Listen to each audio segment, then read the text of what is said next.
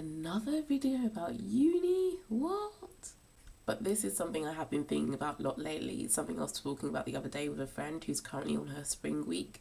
It's something that came up when our tutor yesterday asked us what's the worst exam we've ever taken in our seminar.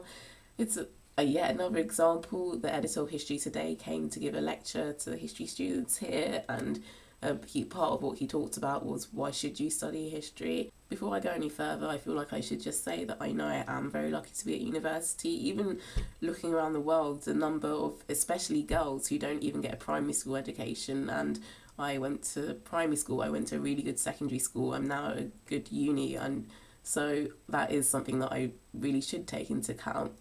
But recently I did kind of have a why am I here, why am I doing a degree crisis along with the ending of my first year.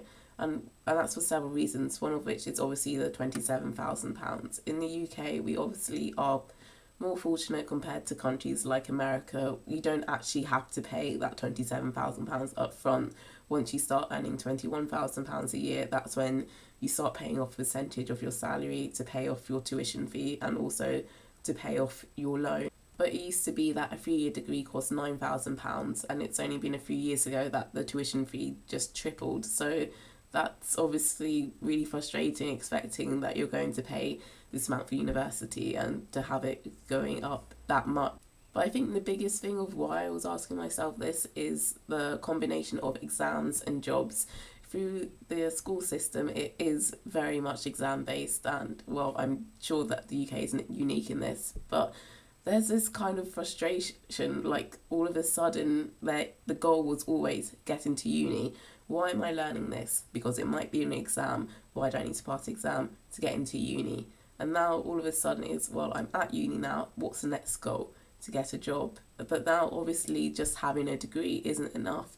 It's so much more competitive nowadays. Even today, another girl who I was working with was talking about how she's trying to find work experience.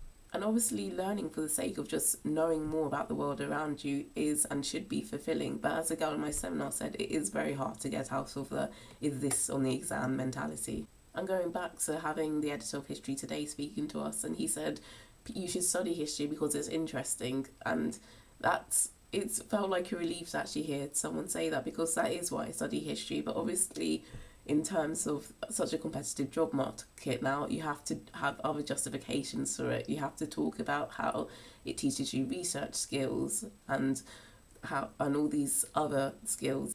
But there's a sense that you need a bigger justification for this. Again, the whole thing of, well, where is this going to lead? How is this beneficial for the next concrete step on progressing in terms of career? And something else that I kind of talked about in my video before about academics always being very important to me. I've always chased that A or A star GCSEs, and now getting to a place where in history there is a lot of uncertainty in it. You can't just come out with a few short sentences and your tutor just turn around and say, yeah, that's correct, you've fixed it. There'll always be debate, there'll always be uncertainty, and having that security removed has been really jarring. And also, I've learned a lot of the stuff I've learned has actually been outside the concepts of academics, which has also been strange. I just want to reiterate that I genuinely have enjoyed the experience of being here, and also the experience of learning in lectures and seminars. And I guess part of the reason I'm making this video is to see how much of this is this feeling of finding it just being slightly lost for the reasons of academics is more to do with my own personal thing, with my own drive, and also the school I went to, with the goal always being to get the highest marks for the sake of going to uni. And it's well, now I'm here, and it's my main motivation for learning has changed. I guess you could say this is kind of ironic that one of the things I have learned from studying history is about change and how so much change can happen and how the past really is this other place. So applying that to my own personal life of how my view on this could change very easily. So if you're completing a degree right now, as I know quite a few of you are, have you had a similar crisis? Let me know down below in the comments. As always, I hope you're doing well and learning because you enjoy learning, and I'll see you tomorrow. Bye.